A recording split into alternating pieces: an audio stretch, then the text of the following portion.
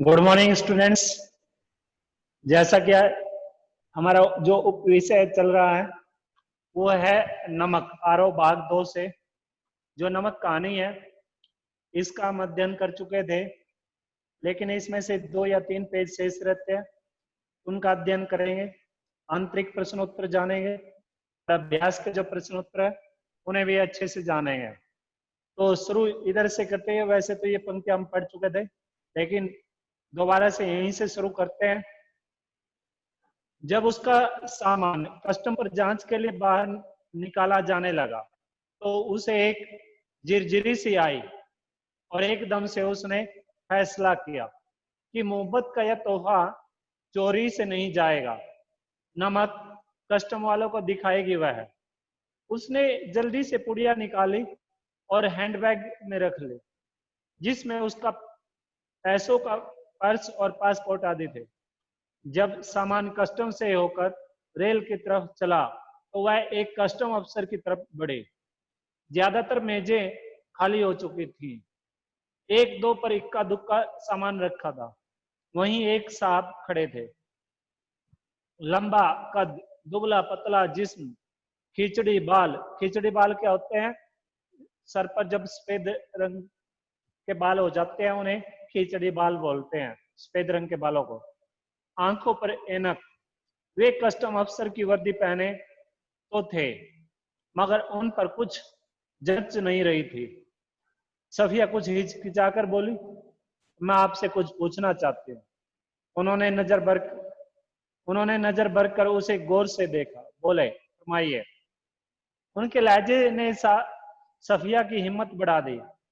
आप ये जो बीच बीच में आप आपके बिंदु है ना, इसका मतलब है आप जो शब्द है वो बार बार प्रयोग हुआ है। आप कहने के रहने वाले हैं। आप कहाँ के रहने वाले हैं? उन्होंने कुछ हैरान होकर उसे फिर गौर से देखा। मेरा वतन दिल्ली है। आप भी तो हमारी तरफ मालूम होती है, अपने अजीजों से मिलने आई होंगी। जी हाँ, मैं लखनऊ की हूँ, अपने भाइयों से मिलने आई थी। वे लोग इधर आ गए हैं। आपको भी तो शायद इधर आए। जी, जब पाकिस्तान बना था तभी आए थे, मगर हमारा वतन तो दिल्ली ही है। सफिया ने हैंडबैग मेज पर रख दिया और नमक की पुड़िया निकालकर उनके सामने रख दी, और फिर आहिस्ता आहिस्ता आहिस्ता आहिस्ता यानी कि धीरे धीरे रुक रुक कर उनको सब कुछ बता दिया। उन्होंने पुड़िया को धीरे से अपनी तरफ सरकाना शुरू किया। सरकाना यानी कि अपनी ओर खींचना शुरू किया। उन्होंने पुड़िया को अपनी ओर धीरे से सरकाना शुरू किया, अपनी तरफ सरकाना शुरू किया। जब सफिया की बात खत्म हो गई तब उन्होंने पुड़िया को दोनों हाथों में उठाया, अच्छी तरह लपेटा और खुद सफिया के बैग में रख दिया।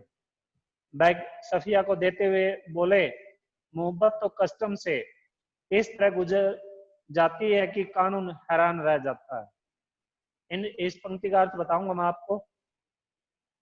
वह चलने लगी तो वे भी खड़े हो गए और कहने लगे, जामा मस्जिद की सीढ़ियों को मेरा सलाम कहिएगा, और उन खातून को यह नमक देते वक्त मेरी तरफ से कहिएगा कि लाहौर अभी तक उनका वतन है, कि लाहौर अभी तक उनका वतन है और दिल्ली मेरा। तो बाकी सब रफ्ता रफ्ता ठीक हो जाएगा। रफ्ता रफ्ता यानी कि धीरे धीरे। और खातून क्या होते हैं? खातून जो शब्द आया, खातून होता है जो स्त्री होती है ना, स्त्री के लिए प्रयोग करते हैं, यानी कि उनकी जो जान पहचान की औरतें हैं। तो बाकी सब रफ्ता रफ्ता ठीक हो जाएगा। सफिया कस्टम के जंगले से निकलकर दूसरे प्लेटफार्म पर आ गई और वे वहीं खड़े रहे। प्लेटफार्म पर उसके बहुत से दोस्त, भाई, रिश्तेदार थे। हसरत भरी नजरों, बहते हुए आंसुओं, ठंडी सांसों और बीचे हुए होठों को बीच में से काटती हुई रेल सरहद की तरफ बढ़ी। अटारी में पाकिस्तानी पुलिस उतरी, हिंदुस्तानी पुलिस सवार हुई। कुछ समझ में नहीं आता था कि कहां से लाहौर खत्म हुआ और किस जगह से अमृतसर शुरू हो गया। एक अगला पेज निकाल लीजिए। एक जमीन थी, एक जवान थी। जवान यानी कि बोले, एक सी सूरतें और लिबास। लिबास क्या होता है? पहनावा। एक सा लबो लहजा। लबो लहजा क्या होता है? बोलने का तौर तरीका और अंदाज थे। गालियां भी एक ही सी थी, जिनसे दोनों बड़े प्यार से एक दूसरे की को नवाज रहे थे। मुश्किल सिर्फ इतनी थी कि भरी हुई बंदूकें दोनों के हाथों में थी। अमृतसर में कस्टम वाले फर्स्ट क्लास वालों के सामान की जांच उनके डिब्बे के सामने ही कर रहे थे। सफिया का सारा सामान देख जा चुका तो वह उन नौजवान कस्टम अफसर की ओर बढ़ी तो बातचीत और सूरत से बंगाली लगते थे। देखिए मेरे पास नमक है, थोड़ा सा। फिर उसने हैंडबैग खोला और वह पुड़िया उनकी तरफ बढ़ाते हुए, अटकते, झिझकते, हिचकिचाते हुए उनको सब कुछ कह सुनाया। उन्होंने सिर झुका लिया था, सुनते रहे, बीच बीच में सिर उठाते, गौर से उसे देखते, फिर सुनने लगते। बात पूरी हो गई तो उन्होंने एक बार फिर सफिया को ऊपर से नीचे तक देखा, धीरे से बोले, इधर आइए जरा। चलते चलते उन्होंने एक दूसरे से कहा, इनके सामान का ध्यान रखिएगा। प्लेटफॉर्म के सिरे पर एक कमरा था, वे उसके अंदर घुसे। सफिया दाखिल होते हिचकिचाई, वे मुस्कुराकर बोले, आइए आइए। न जेब से रुमाल निकालकर उन्होंने कुर्सी को झाड़ा और बोले, बैठिए। सफिया ने पुड़िया और बैग को मेज पर रख दिया। बाहर की तरफ झांक कर उन्होंने एक पुलिस वाले को इशारा किया। सफिया के पैर तले की जमीन खिसकने लगी। अब क्या होगा? यानी कि उसके मन में क्या आ गया था? डर का भाव पैदा हो गया था सफिया को। दो चाय लाओ, अच्छी वाले। पुलिस वाला सफिया को घूरता हुआ चला गया। फिर उन्होंने मेज की दराज खींची और उसमें अंदर दूर तक हाथ डालकर एक किताब निकाले। किताब को सफिया के सामने रखकर उन्होंने पहला सफा खोल दिया। उन्होंने क्या कर दिया? पहला सफा। सफा क्या होता है? पन्ना, पृष्ठ, पेज। बाईं ओर नजरुल इस्लाम की तस्वीरें थी। नजरुल इस्लाम कौन है? बांग्ला के एक महान क्रांतिकारी कवि रहे हैं ये। बांग्ला में ये बांग्ला के एक महान क्रांतिकारी कवि के रूप में इनका नाम जाना जाता है, नजरुल इस्लाम का। और आगे चलिए। और टाइटल वाले सफे पर, सफे यानी कि पन्ने पर, अंग्रेजी के कुछ धुंधले शब्द थे। शम्सुल इस्लाम की तरफ से सुनील दासगुप्त को प्यार के साथ, ढाका 1946। यानी कि ये पंक्तियां उस पेज पर लिखी हुई थी। तो आप क्या ईस्ट बंगाल के हैं? हाँ, मेरा वतन ढाका है। उन्होंने बड़े फकर से जवाब दिया, फकर, गर्व से। तो आप यहाँ कब आए? सब जब डिवीजन हुआ तभी आए। डिवीजन यानी कि बंटवारा। मगर हमारा वतन ढाका है। मैं तो कोई 12-13 साल का था, पर नजरुल और टैगोर को हम लोग बचपन से पढ़ते थे। जिस दिन हम रात यहाँ आ रहे थे उसके ठीक 1 वर्ष पहले मेरे सबसे पुराने, सबसे प्यारे बचपन के दोस्त ने मुझे यह किताब दी थी। उस दिन मेरी सालगिरह थी। फिर हम कलकत्ता रहे, पढ़े, नौकरी भी मिल गई, पर हम वतन आते जाते थे। ये पंक्तियां वो आपस में बातचीत करते हुए कहते हैं। वतन क्वेश्चन मार्क है। सफिया ने जरा हैरान होकर पूछा, मैंने आपसे कहा ना कि मेरा वतन ढाका है। उन्होंने जरा बुरा मानकर कहा, क्योंकि उस समय ये जो ढाका अब तो बांग्लादेश के अधीन आता है, लेकिन उस समय ये हिंदुस्तान के अंदर ही था, यानी कि ये पाकिस्तान और ये जो बांग्लादेश है ये हिंदुस्तान के हिस्से रहे हैं। और 1971-72 में ये जो बांग्लादेश है पाकिस्तान से अलग हुआ था। तो आगे चलिए। हाँ हाँ ठीक है ठीक है, सफिया जल्दी से बोले। तो पहले तो बस इधर ही कस्टम था, अब उधर भी कुछ गोलमाल हो गया। उन्होंने चाय की प्याली सफिया की तरफ खिसकाई और खुद एक बड़ा सा घूंट भरकर बोले, वैसे तो डाब कलकत्ता में भी होता है।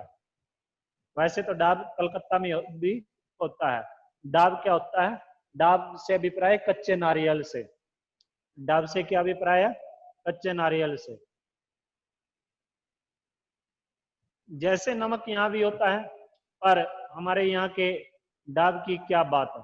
हमारी जमीन, हमारे पानी का मजा ही कुछ और है। यानी कि कहने का तात्पर्य क्या था सफिया सफिया का, कि वैसे तो नमक सभी जगह होता है, लेकिन जो यहाँ का नमक है उसका आनंद कुछ अलग से होता है। जैसे उन्होंने कच्चे नारियल के बारे में बताया।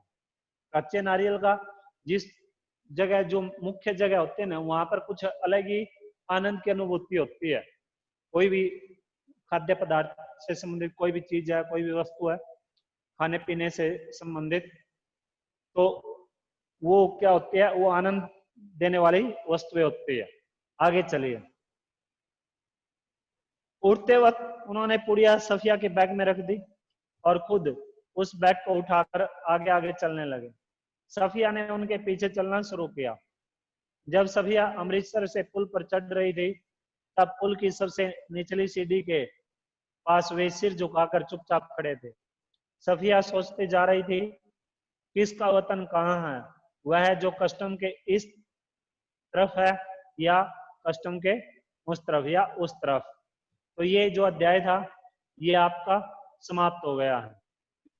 और इसमें कहने का तात्पर्य यही है, भले ही भारत पाक के जो लोग हैं, भारत पाक के जो निवासी है, वो जमीन या नक्शे पर वो एक दूसरे के बीच में, उनके दोनों के बीच में, भारत पाक के निवासियों के बीच में नक्शे पर एक सरहद खींच दी गई है, लेकिन उनकी जो अंतरात्मा है, उनकी जो मानसिक सोच है, वो अब भी एक दूसरे के प्रति प्यार भरी है। एक दूसरे से वो क्या करते हैं? घनिष्ठ प्रेम करते हैं।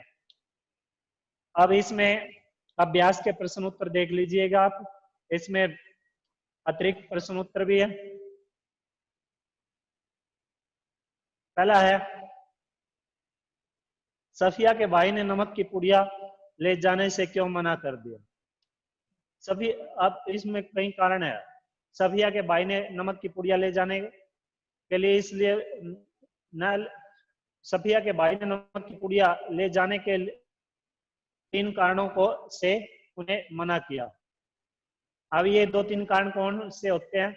सबसे पहले तो पाकिस्तान से भारत में नमक ले जाना उस समय गैर कानूनी था, प्रतिबंध लगा हुआ था। पहला कारण तो ये था। दूसरा कारण, भारत में नमक की कोई कमी नहीं थी, लेकिन उन्हें पाकिस्तानी नमक ले जाने की कोई जरूरत नहीं होती।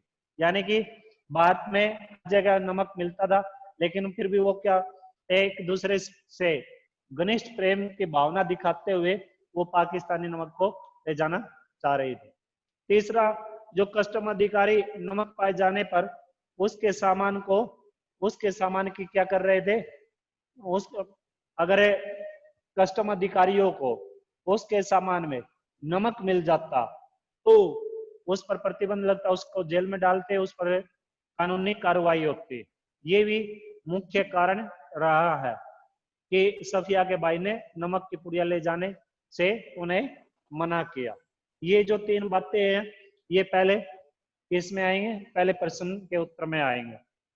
आगे है दूसरा, नमक की पुड़िया ले जाने के संबंध में सफिया के मन में क्या द्वंद्व था? द्वंद्व यानी कि क्या सोच विचार चल रहा था, क्या लड़ाई चल रही थी? नमक की पुड़िया ले जाने के संबंध में सफिया के मन में एक ही दवंद था कि वह उसे चोरी छिपे ले जाए या कस्टम अधिकारियों को दिखाकर उस पुड़िया को, नमक की पुड़िया को लेकर जाए। लेकिन उसकी अंतरात्मा, अंत में हम पढ़ भी चुके हैं, सफिया की अंतरात्मा जागी कि मैं हूं ना, क्या करूंगी, ये जो नमक की पुड़िया है, इस नमक की पुड़िया को कस्टम अधिकारियों को दिखाऊंगी और दिखाकर फिर इसे लेकर जाऊंगी। ठीक है। तीसरा, जब सफिया अमृतसर पुल पर चढ़ रही थी तो कस्टम ऑफिसर निचली सीढ़ी के पास सिर झुकाए चुपचाप क्यों खड़े थे।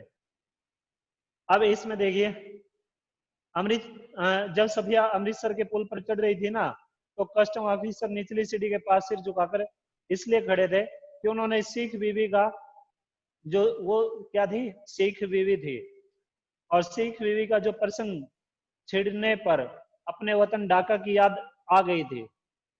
यानी कि उनको कस्टम ऑफिसरों को किस जगह की याद आ गई थी, ढाका की याद आ गई थी, और वे सफिया और सिख बीवी की भावनाओं को से भी क्या थे, बड़े ही आकर्षित हो गए थे, अभिभूत हो गए थे उनसे। और इस तरह से कस्टम ऑफिसरों को लगा कि देश की बनावटी सीमाओं के पार लोगों के दिल आपस में आज भी उतने ही मिलते हैं, आपस में एक दूसरे के प्रति जो प्रेम की भावना है आज भी वही विद्यमान है जो पहले एक दूसरे के प्रति प्रेम की भावना इन लोगों के बीच में हुआ करती थी। तो अगला जो क्वेश्चन है, लाहौर अभी तक उनका वतन है और दिल्ली मेरा, या मेरा वतन ढाका है, जैसे उद्गार की सामाजिक यथार्थ की ओर संकेत करते हैं। अब देखिए, पाकिस्तानी कस्टम अधिकारी कहता है लाहौर अभी तक उनका वतन है और दिल्ली मेरा, लेकिन सुनील दास गुप्त कहता है मेरा वतन ढाका है। ये कथन इस सामाजिक यथार्थ को के बारे में बताते हैं कि देश की सीमाएं मनुष्यों के मनों को तो बांट नहीं सकते, कि देश की सीमाएं मनुष्यों के मनों को विभाजित नहीं कर सकती, उनके मनों को बांट नहीं सकती।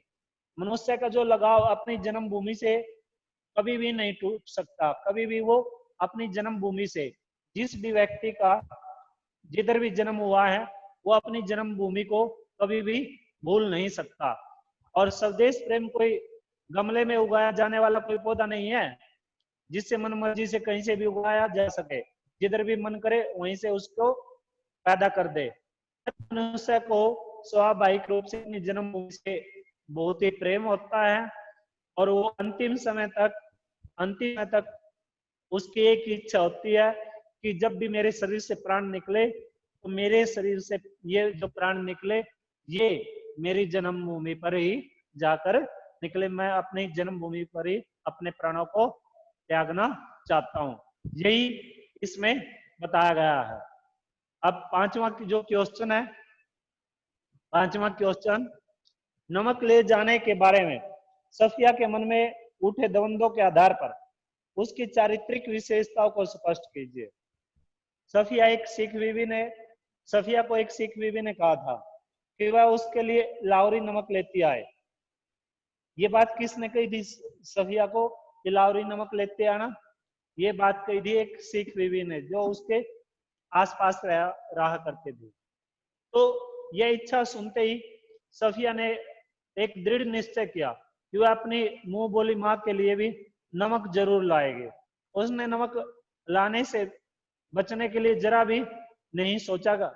उसके मन में ये नहीं था कि मैं जो उन्होंने मुझे ये बोला है सिख बीवी ने किया लाहौरी नमक लेकर आना, लेकिन उन्होंने ऐसा कुछ भी नहीं कहा। बड़े ये आप गायत्री मंत्र जो भी है इसको बंद कीजिए, आप बाद में सुनना। उसके मन में ऐसी विचारधारा थी ही नहीं कि वो नमक, उन्होंने सिख बीबी ने ऐसा बोल दिया कि लाहौरी नमक लेके आना और वो न लेके जाए। उसने इस तरह से उसने क्या बना लिया, एक दृढ़ संकल्प बना लिया कि मैं उसके लिए तो लेके जाऊंगे सिख बीबी के लिए, साथ में अपनी मुंह बोली माँ के लिए भी लाहौरी नमक लेके जाऊंगे। और उसने इस तरह से क्या निश्चय किया कि वह प्रेम की इस भेंट को चोरी से नहीं ले जा सकते। ये भी उसके चरित्र की एक खासियत है। एक तो वो दृढ़ संकल्पी थे, दूसरे वो क्या थे, वो किसी तरह से चोरी छिपे कोई भी सामान इधर से उधर की सीमा में या इधर से उधर के देश में नहीं लेकर जाना चाहते थे, यानी कि पाकिस्तान से हिंदुस्तान नहीं लेकर आना चाहते थे। और वह कस्टम अधिकारियों को अपनी भावना समझाना चाहते थे। और इससे पता चलता है कि उसके मन में प्रेम की जो पवित्रता है वो उसके मन में मौजूद थी। जब उसका भाई, अब आगे बताते हुए आगे जानिए, जब उसका भाई उसे कहता है कि कस्टम अधिकारी उसे नमक नहीं ले जाने देंगे, तो वह बड़े विश्वास से कहती है, कुछ मोहब्बत, मुरोवत, आदमियत, इंसानियत के नहीं होते? आखिर कस्टम वाले भी तो इंसान होते हैं, कोई मशीन थोड़ी ही होते हैं। वो सफिया के मन में द्वंद्व मचता है, यानी कि वो तरह तरह से उधेड़ बुन में लगी हुई है कि यदि कस्टम अधिकारी नमक ले जाने की आज्ञा नहीं देंगे तो क्या वह खाली हाथ हिंदुस्तान जाएंगे? ये सवाल है उसके मन में, ये बार बार उसे परेशान कर रहा है। तब उसे अपने शहीद होने की याद आ जाती है और वह सोचती है कि वह अपना वायदा अवश्य पूरा करेगी और इसके लिए उसे चोरी भी करनी पड़े तो करेगी।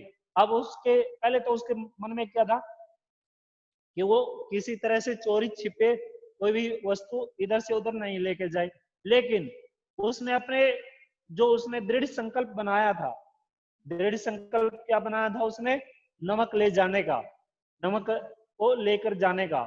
उस दृढ़ संकल्प पर कायम बने रहने के लिए उसने अपने अंदर के जो गुणों हैं वो बदल डाले उसने, और उसने ये योजना बना ली, अब तो ये जो नमक है ये अगर मैं चोरी छिपे भी मुझे ये लेकर जाना पड़े तो मैं इसे अवश्य ही लेके जाऊंगी। यानी कि उसने अपने मन में एक जदोजहद पकड़ ली, एक जिद पकड़ ले। आप आगे देखिए, और इस तरह से नमक की पुड़िया कस्टम अधिकारी के सामने वो बाद में क्या कर देती है, रख देती है, और इस प्रकार उसकी पवित्र भावनाएं क्या करती है, उसको इसमें जीत हासिल कराती है, इसमें नमक लेकर जाने में। अब आगे चलिए, छठा क्वेश्चन है, मानचित्र पर एक लकीर खींच देने भर से जमीन और जनता बट नहीं जाते, उचित तर्कों या उदाहरणों के जरिए से पुष्टि करें। अथवा, अथवा में भी है, सीमाएं बट जाने से दिल नहीं बटा करते, नमक कहानी में इस बात को किस तरह सिद्ध किया गया है? यह एक कठोर सत्य है कि मानचित्र पर एक लकीर खींच देने से जनता आपस में नहीं बटती, जमीन तो बट जाती है, लेकिन जनता का जो मानसिक जो सोच होती है, जो एक दूसरे के प्रति जो प्रेम भावना होती है, वो कभी भी जो लकीर है वो उन्हें नहीं बांट सकती। यानी कि वो जमीनी तरीके से तो क्या हो सकते हैं, वो बढ़ सकते हैं, शारीरिक रूप से तो वो बढ़ सकते हैं, लेकिन मानसिक रूप से वो नहीं बढ़ सकते। यह कहानी हमें यही संदेश देती है कि पाकिस्तानी कस्टम अधिकारी और भारतीय कस्टम अधिकारी आपस में दिल्ली और ढाका को आज भी अपना वतन मानते हैं। क्या मानते हैं? जो पाकिस्तानी कस्टम अधिकारी है और जो भारतीय कस्टम अधिकारी है वो किसको अपना वतन मानते हैं? दिल्ली को और ढाका को। भारतीय सिख भी लाहौर को अपना वतन मानती है, और तीनों को अपने अपने वतन से क्या है, आज भी उतना ही प्रेम है जितना भारत और पाकिस्तान जो देश है अलग होने से, इन दोनों देशों के विभाजित होने से पहले उन्हें यहाँ के निवासियों से, यहाँ के लोगों से, यहाँ की प्रकृति से, हर एक सामान से उन्हें क्या था, प्रेम, उनके मन के अंदर प्रेम की भावना थी।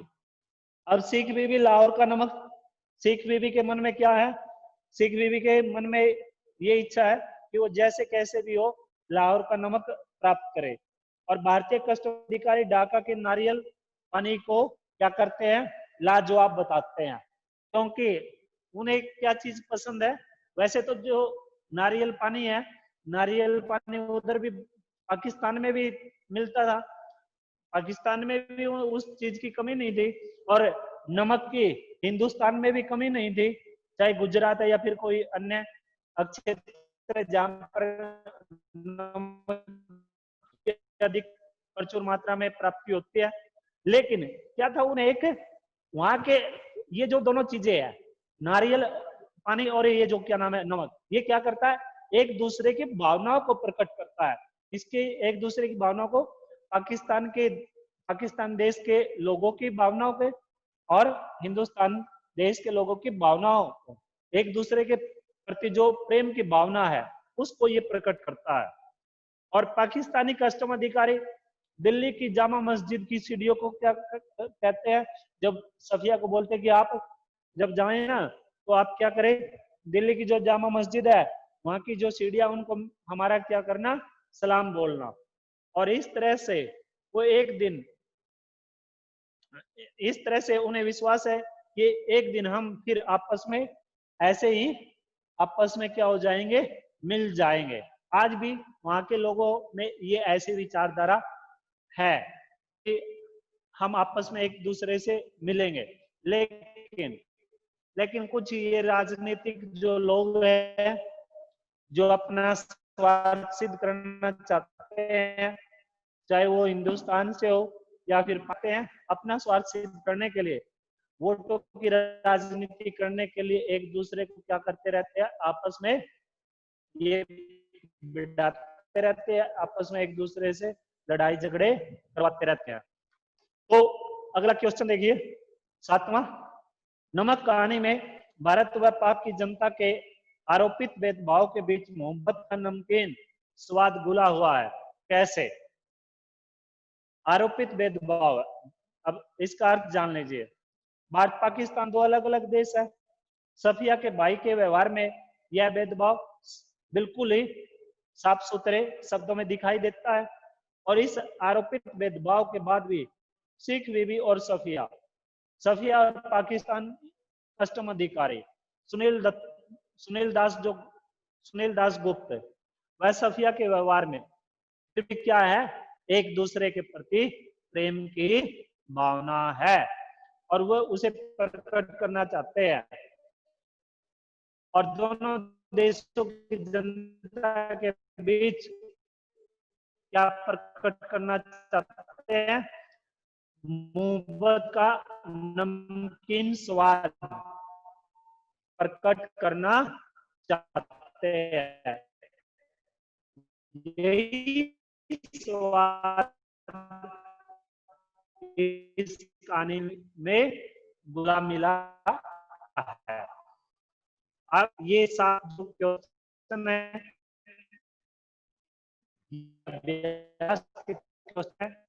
अन्य दो इससे बड़े जो आपके पूछे जाएंगे, आप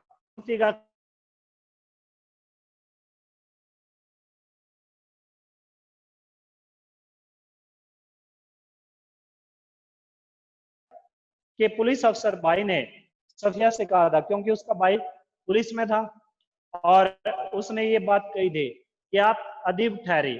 अदीब का अर्थ क्या होता है, बहुत प्रिय, कि आप अदीब ठहरी। और सभी अदीबों का दिमाग थोड़ा सा तो जरूर ही घुमा हुआ होता है।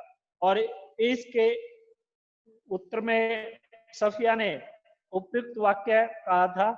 वो उपयुक्त वाक्य क्या कहा था कि जिसके द्वारा वह यह कहना चाहती है कि साहित्यकार प्रेम, करुणा, उदारता, सहिष्णुता, मानवता और भाईचारे का संदेश देता है। अतः यदि सभी व्यक्ति अदीबों की तरह होते तो दुनिया में घृणा, द्वेष, क्रोध, संघर्ष आदि नहीं होते और ये दुनिया मौजूदा स्थिति से कहीं बेहतर होते। अब फिर एक और इसमें नमक कहानी में क्या संदेश छिपा हुआ है, ये तो आप बता ही दोगे, ये जो पढ़ चुके हो आप। फिर इसमें है नमक कहानी भारत पाक विभाजन के बावजूद मानवीय में भावनाओं की समानता की कथा है, इस पर टिप्पणी कीजिए। नमक कहानी में दिखाया गया कि भारत पाक विभाजन के कारण लोग दो देशों में बट गए, लेकिन उनमें अपनी अपनी जन्मभूमि के प्रति अब भी प्रेम है, और यहाँ तक कि वे एक दूसरे को भी अपना ही बिछुड़ा हुआ परिवार मानते हैं। यह जो स्थिति है, यह भारत और पाकिस्तान और बांग्लादेश इन तीनों के अलग होने पर हुई है, ऐसी जो स्थिति है। अब ये जो अध्याय आपका समाप्त हो चुका है। आप में से किसी को कुछ पूछना है तो वो पूछ सकते हो। किसी भी विद्यार्थी को कुछ पूछना है तो वो पूछे, उसे पूछना को